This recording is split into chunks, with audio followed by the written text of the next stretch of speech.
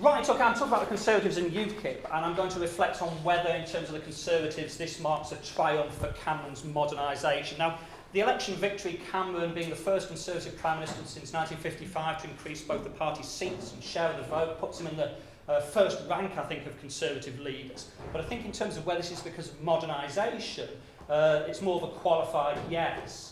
Cameron sought, when he became leader in 2005, to make the Conservatives look more trustworthy and competent. And here we can clearly see that in the election, being perceived as the more competent party, particularly on the economy, and Cameron being preferred to Miliband as Prime Minister, helped the Conservatives win. But so too did the sort of apocalypse now warnings about an SNP Labour government.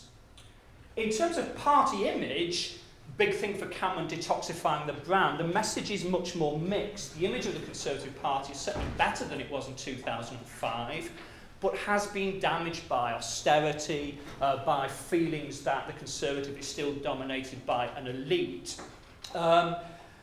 So I think last week many people who voted Conservative probably did so with their heads rather than their hearts. They're not thinking that they view themselves as being strong Conservative supporters. And clearly this is something Cameron's trying to address at the moment. Ideology. I think Cameron's modernisation project has been incoherent in terms of ideology, in part because Cameron's a pragmatist, in part because of coalition, in part because of tensions within conservatism between economic liberals and social liberals. And Cameron's recent talk about one nation conservatism, about blue-collar conservatism, seems to be going back to some of the earlier messages of his period in opposition. But those are going to be hard to deliver given the scale of spending cuts still required and given the Thatcherite dominance of his parliamentary party. Modernisation, I think, though, is about more than simply ideological adjustments and party competition adjustments. It's about reflecting and changing the party's identity in response to fundamental changes in the economy, the state, the world order, society. And here Cameron hasn't done the hard yards of thinking why the Conservative dominance of the 20th century has ended. And the Union is one example of that, where the Conservatives have clearly been muddling through, supporting the Smith Commission, English votes for English laws, but will have to think more comprehensively about how to hold the Union together in the face of Scottish and perhaps English nationalism as well. Europe is also going to be a significant problem for the Conservatives. The party held together in the election campaign on this issue. But Cameron's renegotiation with the EU will be tricky, though I'll expect him to get much of what he wants. Winning a referendum, the polls suggest he will, but can we trust those? And much can change. But party unity is going to be a problem. There are at least 100 Conservative MPs who want far more than Cameron's going to ask for, or that the EU will deliver.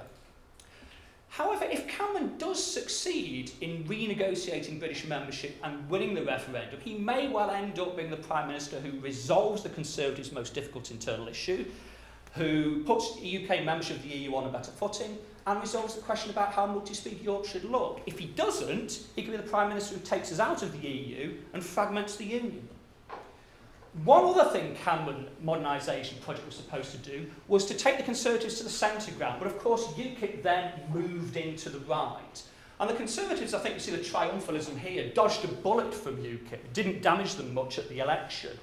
But clearly there are issues that the Conservatives face. The sort of Labour voting, the sort of social conservative working class people who voted for UKIP used to be the people that the Tories attracted, the Tevitt Tories of old, and now they don't.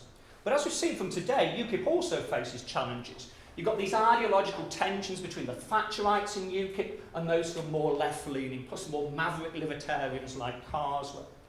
And that's also reflected in the voters. How will UKIP appeal to both middle-class former Conservatives in the south, working-class former Labour voters in the north? Farage's resurrection solves one problem for UKIP in that it's reliant on a charismatic leader. But as we've seen today, it creates all sorts of others in terms of the personality clashes. And I think in the run-up to the EU referendum, what we're going to see is the tensions between UKIP's goal of winning votes and its policy objective of getting out of the EU. That UKIP is actually toxifying the Eurosceptic brand, and it's making it more difficult for the No campaign to win and for Eurosceptics and the Conservatives and UKIP to work together effectively. I'm done with 8 seconds left.